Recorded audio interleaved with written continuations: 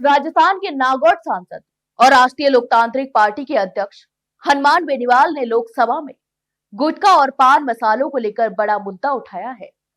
स्वास्थ्य सुरक्षा से राष्ट्रीय सुरक्षा उपकर विधेयक पर चर्चा में हिस्सा लेते हुए उन्होंने कहा कि केवल उत्पादों के स्वास्थ्य नुकसान पर बात करना काफी नहीं है, बल्कि इनका प्रचार करने वाले सेलिब्रिटी पर भी सख्त कार्रवाई होनी चाहिए। यहां तक कि उन्होंने साफ शब्दों में कहा कि गुटखा और पान मसाला का प्रचार करने वाले अभिनेताओं को मिले राष्ट्रीय पुरस्कार वापस लेने चाहिए।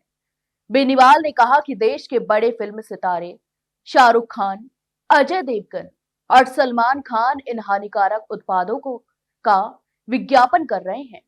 यहां तक कि उन्होंने सवाल उठाया कि जब ऐसे अभिनेता सरकार द्वारा सम्मानित हो और फिर भी कैंसर जैसी बीमारियों का कारण बन रहे उत्पादकों का प्रचार करें तो यह जनता को भ्रामक दिशा में ले जाने जैसा है। उन्होंने यह भी जानकारी दी कि राजस्थान राज्य उपभोक्ता आयोग जयपुर और जोधपुर की कंज्यूमर कोर्ट में पहले से ही इन अभिनेताओं के खिलाफ भ्रामक विज्ञापन से जुड़े मामले लंबित हैं। इस चर्चा के दौरान बेनीवाल ने कहा कि यह विधेयक राष्ट्रीय सुरक्षा और लोक स्वास्थ्य दोनों दृष्टियों से बेहद महत्वपूर्ण है। उनके अनुसार पान मसाले और गुटखे का उपयोग देश में करोड़ों लोगों का कैंसर और अन्य घातक बीमारियों की ओर धकेल रहा है। यहां तक कि बेनीवाल ने कहा कि कोटपा कानून लागू होने के बावजूद कॉलेजों, स्कूलों और सरकारी दफ्तरों में इनका सेवन रोक पाना मुश्किल हो रहा है। बस स्टैंड, रेलवे स्टेशन और सरकारी कार्यालयों की दीवारें आज भी पान मसाले के पीक से लथपथ मिलती हैं, जो सरकार की जागरूकता और निगरानी तंत्र की कमजोरी को उजागर करता है। बेनीवाल ने आरोप लगाया कि राजस्थान सहित कई राज्यों में अवैध गुटखा और पान मसाला फैक्ट्रियां धड़ल्ले से चल रही हैं और इनमें सरकारी तंत्र की मिलीभगत भी शामिल है। उन्होंने कहा कि इन फैक्ट्रियों में ना तो खाद्य सुरक्षा मानकों का पालन किया जाता है और ना ही स्वास्थ्य संबंधी नियमों का।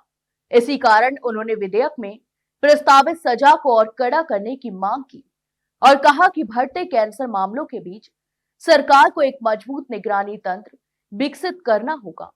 नियम 377 के तहत सांसद बेनीवाल ने अरावली पर्वतमाला के संरक्षण पर भी गंभीर चिंता व्यक्त की और बताया कि दिल्ली, एनसीआर से लेकर राजस्थान के दर्जनों जिलों तक फैली अरावली आज अतिक्रमण, अवैध खनन, शहरीकरण और पर्यावरणीय उल्लंघनों से अपनी प्राकृतिक पहचान खो रही है। बेनीवाल ने आंकड़ों के आधार पर कहा कि पिछले 5 वर्षों में 27,000 से अधिक अवैध खनन, परिवहन और भंडारण के मामले भी दर्ज हुए हैं, लेकिन उनमें से केवल 13% में ही एफआईआर दर्ज की जा सकी है। हालांकि इस अवधि में 244 करोड़ रुपए का जुर्माना वसूला गया है, लेकिन उन्होंने पूछा क्या यह राशि इतनी बड़ी पर्वतमाला के संरक्षण के लिए पर्याप्त है।